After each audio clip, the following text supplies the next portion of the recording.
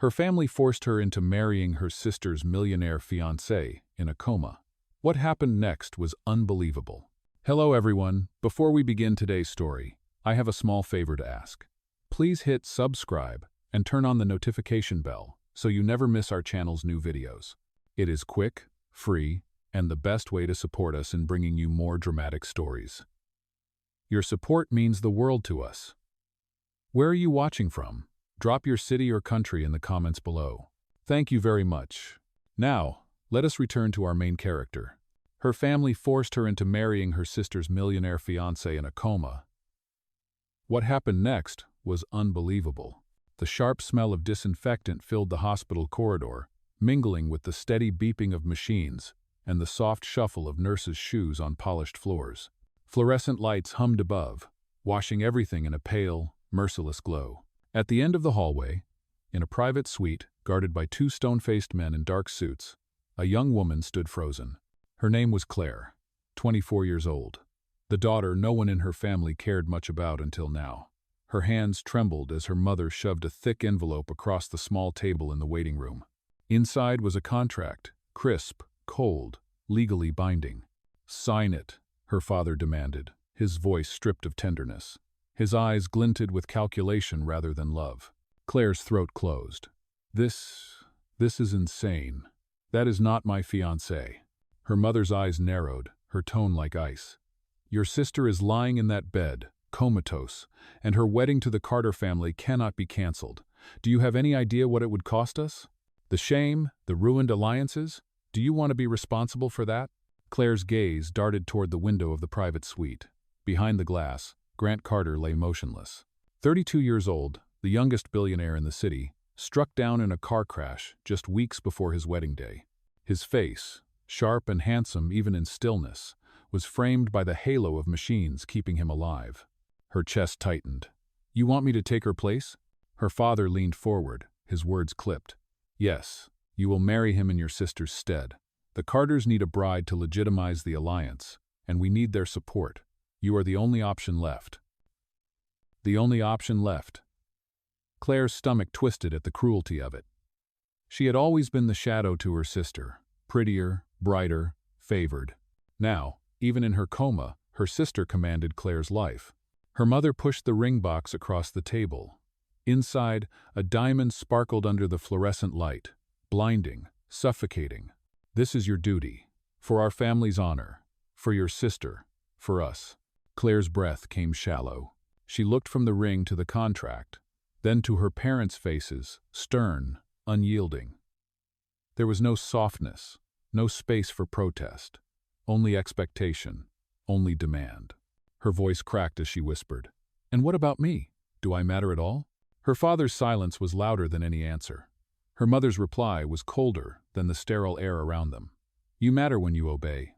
Claire's eyes stung, but she blinked the tears back, clinging to the last shred of dignity she had.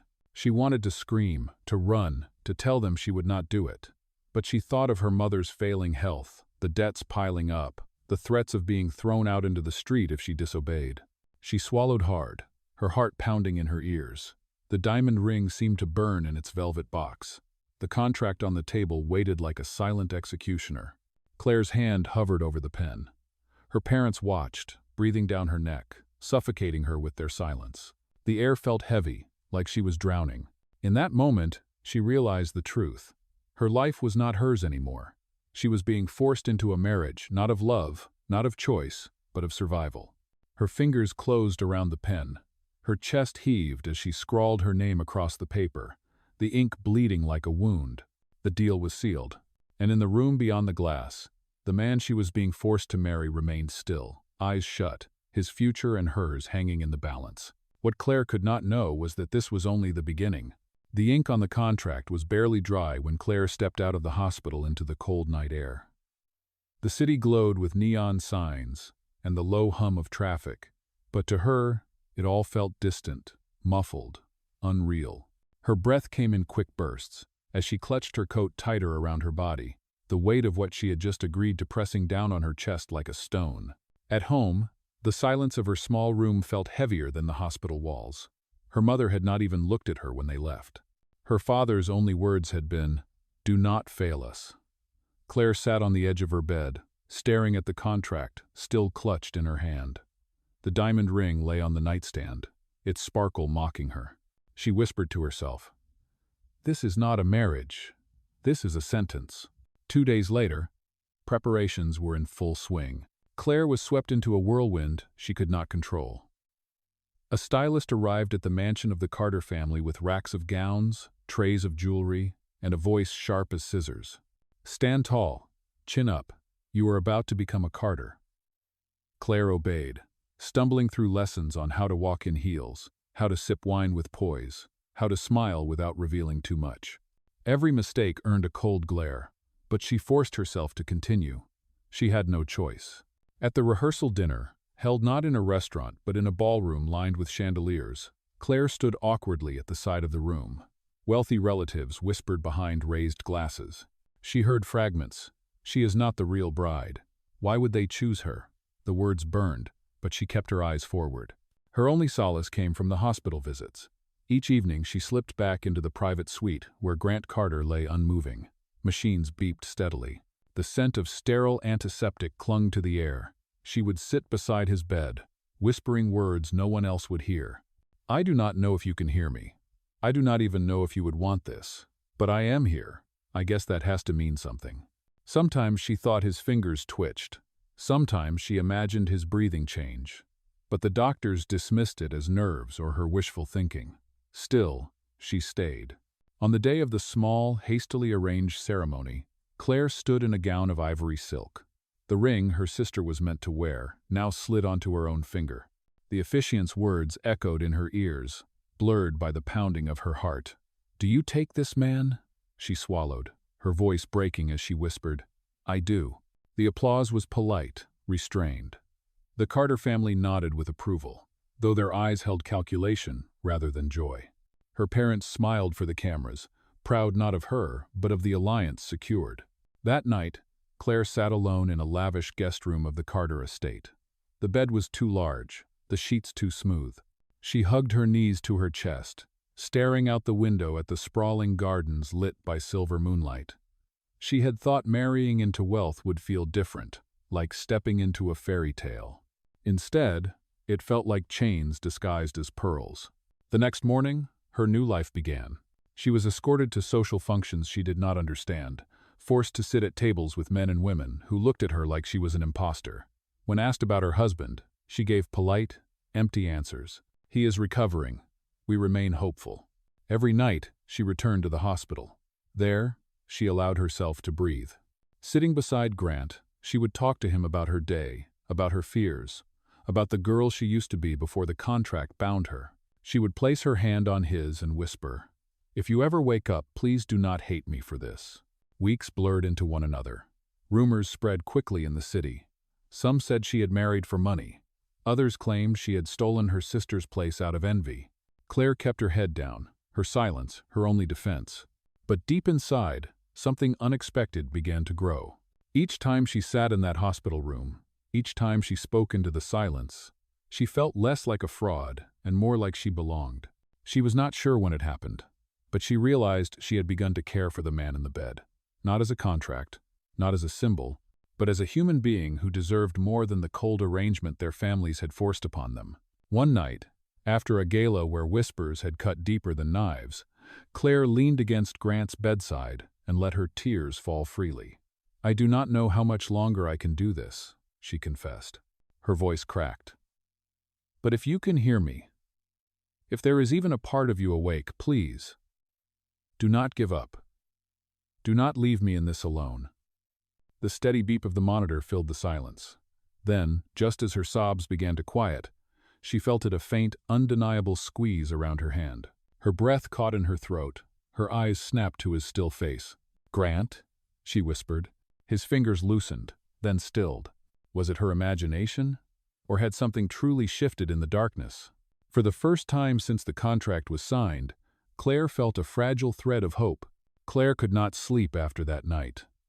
The memory of Grant's fingers pressing faintly against her hand replayed again and again in her mind. Had she imagined it? Was it just a trick of her grief and exhaustion? The doctors insisted that comatose patients sometimes made involuntary movements, nothing more. But Claire knew what she felt. It was not random. It was not meaningless. It was a sign. The next morning, she returned to the hospital before dawn. The city was still half asleep, mist curling over the streets, headlights cutting through the quiet. When she slipped into the private suite, Grant looked the same as always, silent and still beneath the soft glow of machines. But Claire sat beside him, determined. She placed her hand gently in his again. "If you are in there, I will not stop talking to you. I do not care if people think I am crazy. You are not just a contract to me anymore." Her days became a strange rhythm. In the daylight, she was Mrs. Carter, the dutiful bride paraded before cameras, smiling at events, listening to whispers. At night, she was Claire again, sitting at Grant's side, telling him stories, humming songs she remembered from childhood. The hospital became more of a home to her than the Carter estate ever could. One evening, as she adjusted the blanket over his shoulders, the door opened, and a man in an expensive suit stepped inside.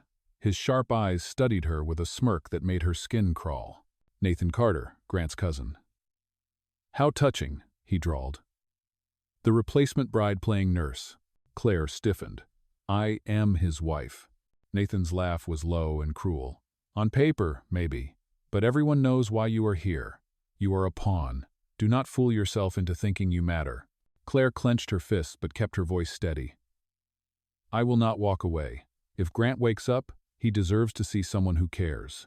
Nathan leaned closer, his tone dark. "He will not wake up. And when the doctors finally give up, the estate will need new leadership. I intend to take it." His gaze swept over her with disdain. "When that day comes, do not be in my way." His words left a chill in the room long after he left. Claire sat down again, shaken but more determined than ever. She whispered to Grant, "I do not trust him. If you are fighting your way back, fight harder. We cannot let him win." Weeks passed. The small squeeze of his hand did not repeat, but she never lost hope. She started reading aloud to him, filling the room with her voice. Poetry, novels, even the newspaper. She spoke about her dreams, ones she had never dared to share with anyone else. "I wanted to be an artist once. My parents laughed at me. But maybe dreams do not have to die just because people tell us they are foolish." The turning point came one stormy night. Rain battered against the hospital windows, thunder rolling through the city. Claire was alone with him when the heart monitor spiked suddenly. She rushed to his side, her voice trembling. "Grant, please stay with me." For the first time, his eyelids flickered. Just barely, but enough to send her heart racing. "Nurse!" she cried out, pressing the call button. Staff hurried in, machines beeped wildly, commands flew across the room. Claire was pushed aside as doctors surrounded him, but she refused to leave. She pressed her hand to her mouth, tears streaking down her cheeks. Minutes stretched like hours. Finally, Dr. Harris turned to her, his expression stunned. "There is brain activity, more than we have seen in months." Claire's legs almost gave way. She clutched the doorframe, whispering, "I knew it. I knew he was still there." The staff cautioned her not to expect miracles overnight. Recovery, if it came, would be slow. But Claire carried that fragile spark of hope like a flame in the dark. She returned every day, more faithful than ever, watching for the smallest sign, speaking to him with fierce determination. One afternoon, when she was alone again, she took his hand and whispered, "I am not giving up on you, Grant, even if the world thinks I should. If you open your eyes, I promise you will not be alone." And then it happened. His fingers twitched, not once but twice. His chest rose with a deeper breath. Slowly, painfully, his eyelids parted, revealing eyes clouded with confusion but undeniably alive. Claire gasped, her heart leaping into her throat. "Grant, you are awake!" His gaze drifted to her, unfocused but searching. His lips moved faintly, a whisper barely formed. "Who are you?" Claire's tears spilled over as she squeezed his hand. "I am your wife," she said softly. "But not the one you expected." The machines beeped steadily, the storm outside still raging. But inside that room, a new storm had begun, one that would change both of their lives forever.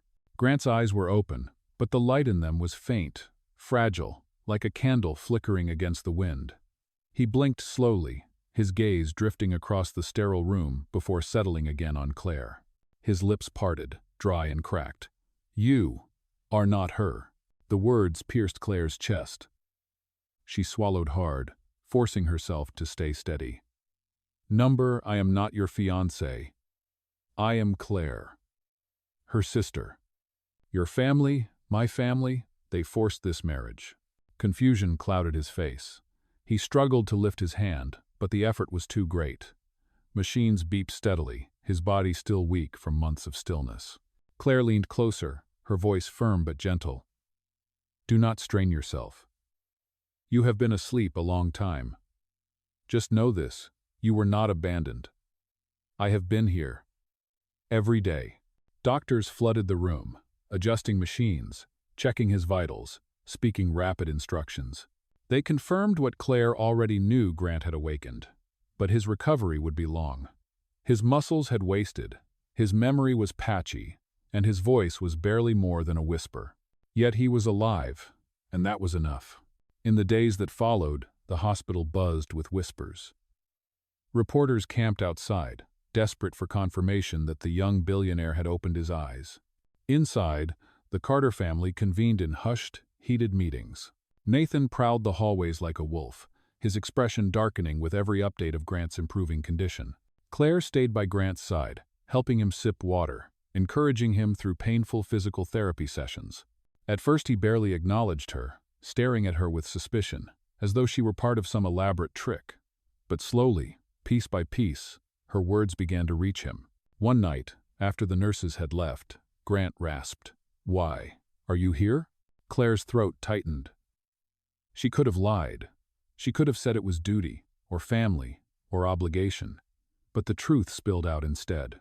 "Because you deserved someone who cared. They forced me into this, yes. But staying, that was my choice." Grant studied her, his eyes sharper than before. He was testing her, measuring her sincerity. After a long silence, he whispered, "You talk too much." Claire let out a shaky laugh, tears slipping down her cheeks. "Then maybe you should wake up faster and tell me to stop." The fragile bond between them grew. Each session of therapy, each whispered exchange, layered trust where suspicion had once lived. Claire told him about the night she sat by his bed, the words she spoke when she thought he could not hear. Grant listened, sometimes with narrowed eyes, sometimes with the faintest ghost of a smile. But outside the hospital walls, the storm gathered. Nathan pressed the board of Carter Enterprises to declare Grant unfit to return. He presented documents, power of attorney claims, even whispered that Claire was a fraud who had married into the family for wealth. At galas, in meetings, in polished dining rooms filled with crystal glasses, her name was dragged through the mud. Claire felt the sting of their contempt, but she refused to step back. She told herself that this marriage, even if it had begun as a lie, could be redeemed by truth. She reminded herself of the night Grant's hand had squeezed hers. The first fragile proof of life.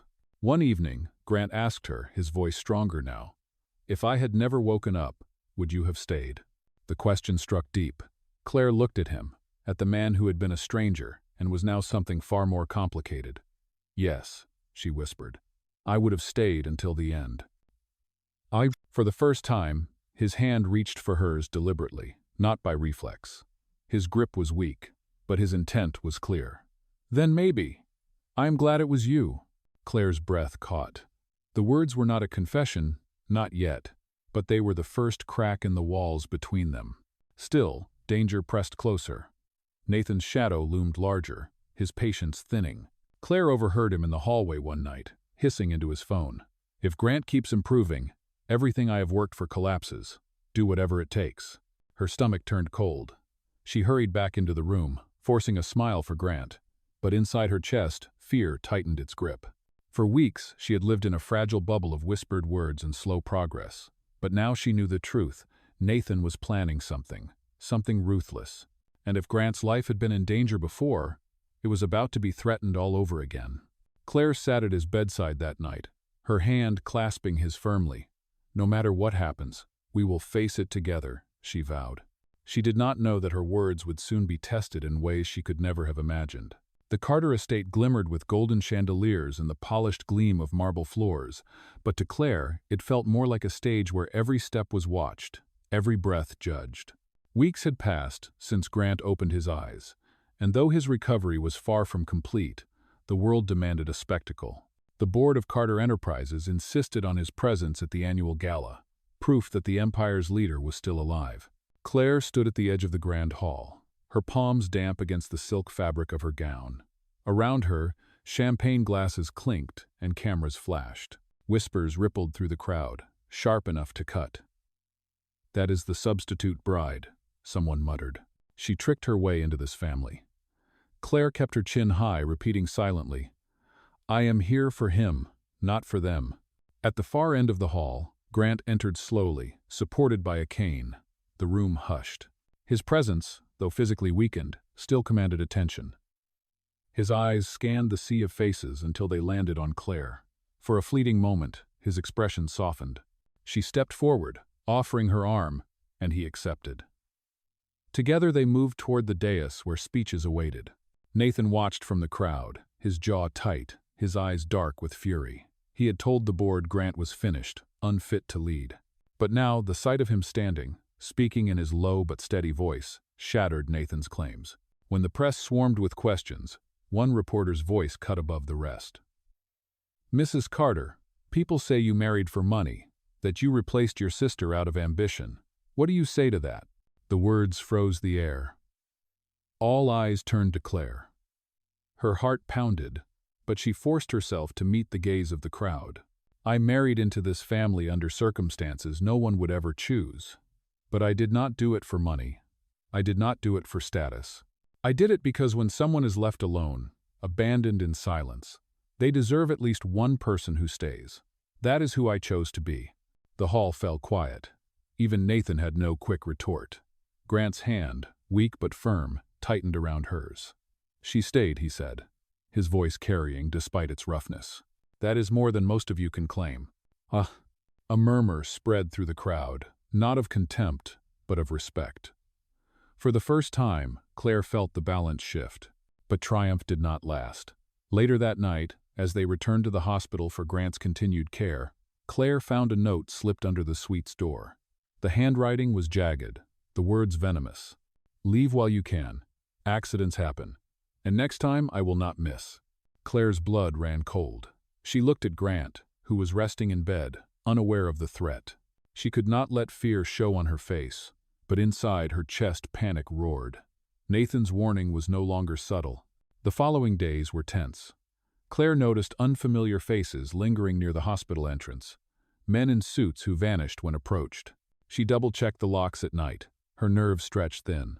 Still, she never let go of Grant's hand during therapy sessions, never let her fear infect her voice when she encouraged him. One afternoon, Grant caught her staring at the window with unease. "What is wrong?" he asked, his voice stronger than before. Claire hesitated, then whispered, "I think someone wants to hurt you." "Nathan, he will not stop." Grant's jaw clenched, his eyes narrowing with a clarity she had not seen since before the accident. "Then we will not let him win." His words steadied her. Together, they began to piece the truth. Grant asked for documents, for records of his company's recent transactions. Claire helped him sift through them late into the night. Pages spread across the hospital table. Patterns emerged, funds redirected, contracts altered, power slowly consolidated under Nathan's name. The betrayal was undeniable. The accident that put Grant in a coma was no accident at all. Someone had tampered with his car. And now, the pieces fit. Claire pressed her hand to her mouth, horrified. "He tried to kill you." Grant's eyes hardened. "And he is not finished." The realization bound them together tighter than any contract ever could. This was no longer just survival or duty. This was a fight for justice, for truth, for the life both of them deserved. That night, as rain lashed against the hospital windows, Claire leaned close to Grant, her voice low but fierce. "Whatever comes next, I will not leave you. Not now, not ever." Grant met her gaze, his hand finding hers with new strength. "Then we fight, together." And for the first time since her family forced her into that unwanted marriage, Claire did not feel like a pawn. She felt like a partner standing at the edge of a battle that was only beginning. The morning after the storm, sunlight streamed through the hospital windows, casting sharp lines across the room where Grant and Claire sat with files spread across the table. Grant's body was still weak, but his mind had begun to sharpen again, every page of evidence fueling his determination. Claire flipped through another folder, her brow furrowed. He has been moving money for months. Shell companies, fake contracts, all pointing back to Nathan. Grant's jaw tightened. And the board believed I was unfit. That was his plan all along. Claire set the papers down, her hands trembling slightly.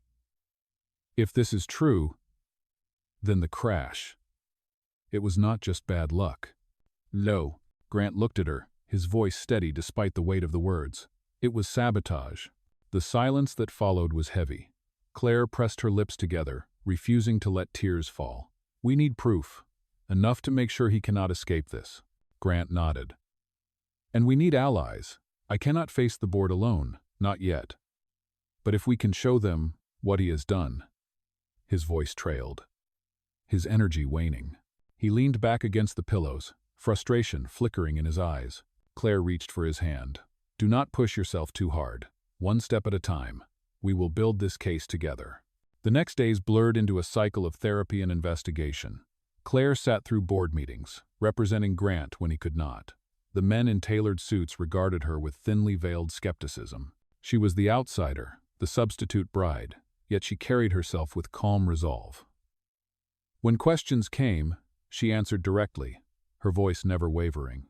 At night, she returned to the hospital, poring over more documents by Grant's side. Sometimes he would fall asleep mid-conversation, the strain of recovery still too great. Claire would watch him, her chest tightening with something she had not expected, admiration, affection, perhaps even love. One evening, after hours of sorting papers, Grant reached across the table, his hand covering hers. You could have walked away. You could have left me to fight this alone. Why did you stay? Her throat tightened. Because you needed someone to believe in you. And I know what it feels like when no one does. His gaze lingered on her, the silence between them charged. Finally, he whispered, Then I'm glad it was you. The fragile warmth of that moment was broken, days later when Nathan made his move. He called an emergency meeting of the board, demanding that Grant be declared permanently incapacitated. The company cannot rest on hope, Nathan said smoothly, his eyes cold as he gestured to the empty chair where Grant should have been. It needs leadership now, and I am prepared to provide it. Claire stood before the board, her heart pounding. Grant is not finished. He is recovering, and soon he will prove it himself. Nathan's smirk widened. And until then? You expect us to take the word of a woman who was never supposed to be here? The sting of his words cut deep, but Claire held her ground. You may not trust me, but you will trust the truth. She opened the folder she had carried in, spreading documents across the polished table. Funds redirected, contracts forged, transactions tied directly to Nathan Carter. This is your proof. The room erupted with voices, shocked and angry. Nathan's face paled, but he quickly masked it with a sneer. Fabrications, he snapped. Lies created by a desperate girl. Before Claire could answer, the doors swung open. Gasps filled the room as Grant entered, leaning heavily on his cane but standing tall. His voice, though still rough, carried authority that silenced the chaos. Not lies. My wife and I uncovered them together. Nathan's composure cracked for the first time. You should not even be here. Grant's eyes hardened. That is what you wanted, was it not? That I never returned. But I am here, and I will not let you destroy what generations built. The board members exchanged stunned glances. Some nodded, others whispered, but the tide had shifted. Nathan's hold on them was breaking. After the meeting, back in the quiet of the hospital room, Claire sat beside Grant, her hands still trembling from the confrontation. He reached for her, his grip steady. You stood in front of them all. You fought for me when I could not. You have done more than anyone else. Claire's eyes burned with tears she tried to hide. I only did what was right. Grant's voice softened. No, you did more. You gave me a reason to fight again. For the first time since that contract had been forced on her, Claire felt the chains around her heart begin to loosen. What had started as duty and desperation was slowly becoming something else, something real. And though Nathan's schemes were not over, Claire knew she and Grant were no longer fighting as strangers bound by paper. They were fighting as partners bound by choice. The tension inside the Carter estate grew heavier with each passing day. Nathan had lost ground at the board meeting, but he was far from defeated. His eyes followed Claire with venom whenever their paths crossed, and his words dripped with menace. "You may think you have won, but this is not finished," he warned her one evening, his voice low enough for only her to hear. Claire's stomach twisted, but she refused to show fear. She returned to Grant's side, her voice calm as she updated him on the whispers she had overheard. Grant listened carefully, his jaw tight. "He is desperate now," he said. "That makes him dangerous." Soon after, a new blow struck. A scandalous article appeared in the morning papers, painting Claire as a fraud who married her comatose brother-in-law for wealth. The story twisted details, portraying her as manipulative and cold-hearted. Headlines screamed her name with cruelty, and strangers online repeated the lies. Claire's chest burned as she read the words. "This is exactly what he wanted," she whispered, her hands shaking. Grant took the paper from her and tossed it aside. His voice, though hoarse, carried steel. "Let them talk. I know the truth, and so do you." But the damage spread quickly. At a charity dinner the following week, whispers rose louder than ever. Guests openly questioned her presence. One woman sneered, "How shameless to take her sister's place." Claire's cheeks flushed, her heart pounding, but before she could speak, Grant stepped forward. He leaned on his cane, his voice strong enough for the entire hall to hear. "My wife is the reason I am alive today. She sat by my side when everyone else gave up. She deserves your respect, not your contempt." The room fell silent. Claire's eyes stung with tears. She refused to let fall. In that moment, the line between duty and something deeper blurred beyond recognition. But Nathan was not finished. That very night, as they returned to the hospital, their car screeched to a halt when another vehicle swerved deliberately into their path. The driver sped off before anyone could react. Claire clutched Grant's arm, her breath ragged.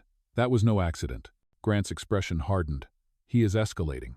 The attempted attack left them both shaken, but it also solidified their resolve. Claire sat beside him later that night, her hand entwined with his. "He will not stop until he takes everything from you," she whispered. Grant's eyes met hers, steady and fierce. "Then we make sure he has nothing left to take." The fight was no longer just about a company or a fortune. It was about survival, about justice, and about the fragile, undeniable bond that had grown between them. And as the storm gathered for the final confrontation, Claire knew one thing with absolute certainty. She would not let Nathan destroy the man she had come to love. The boardroom was packed with sharp suits and colder eyes. Nathan stood tall at the head of the long, polished table, his voice smooth, his smile triumphant. "Grant Carter is unfit to lead," he declared. "The company deserves a future, not false hope." The doors opened. Grant entered slowly, leaning on his cane, Claire steady at his side. Gasps swept through the room. His frame was thinner, his movements careful, but his presence was undeniable. He set a thick folder on the table, his voice rough but clear. "If you want the truth, let us speak of it now." Claire stepped forward, her heart pounding. She spread documents across the table. "These show months of embezzlement, money funneled into Nathan Carter's accounts. The car accident that nearly killed my husband was not an accident at all," board members muttered, flipping through the evidence. Nathan's face twisted, but he forced a laugh. "Lies, forged by a desperate woman who should never have been here." Grant's gaze cut through the noise. "Not lies. I remember. The night of the crash, I had proof of your betrayal. You tried to silence me, but I survived." The board erupted. Phones buzzed, voices shouted. Nathan snapped, his mask cracking. "You should have stayed in that hospital bed. You should never have woken up." The words hung in the air like a confession. Security guards moved swiftly, seizing his arms as he thrashed and cursed. The board members' expressions shifted from doubt to fury. Nathan's downfall was sealed. Grant exhaled, turning to Claire. "It is over," he whispered. Her hand found his. "No, it is only the beginning." And for the first time, the future felt like it belonged to them both. The scandal faded quickly once Nathan was taken away in handcuffs. Headlines shifted from betrayal to redemption. "Carter heir reclaims his legacy," filled the morning papers. Inside the estate, peace finally returned, though for Claire, it felt like she was living in someone else's dream. Grant's strength grew each day.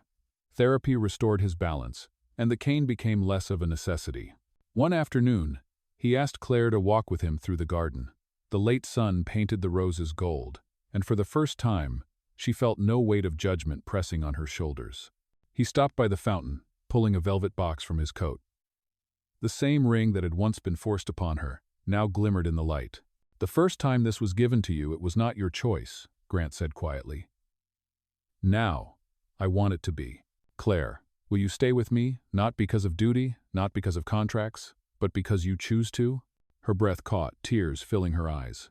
"Yes, I will stay, because I want to." He slipped the ring onto her finger, his hand steady. Relief softened his features. "Then this is our true beginning." Weeks later, their vows were renewed in a small, intimate ceremony. No cameras, no obligations, just truth.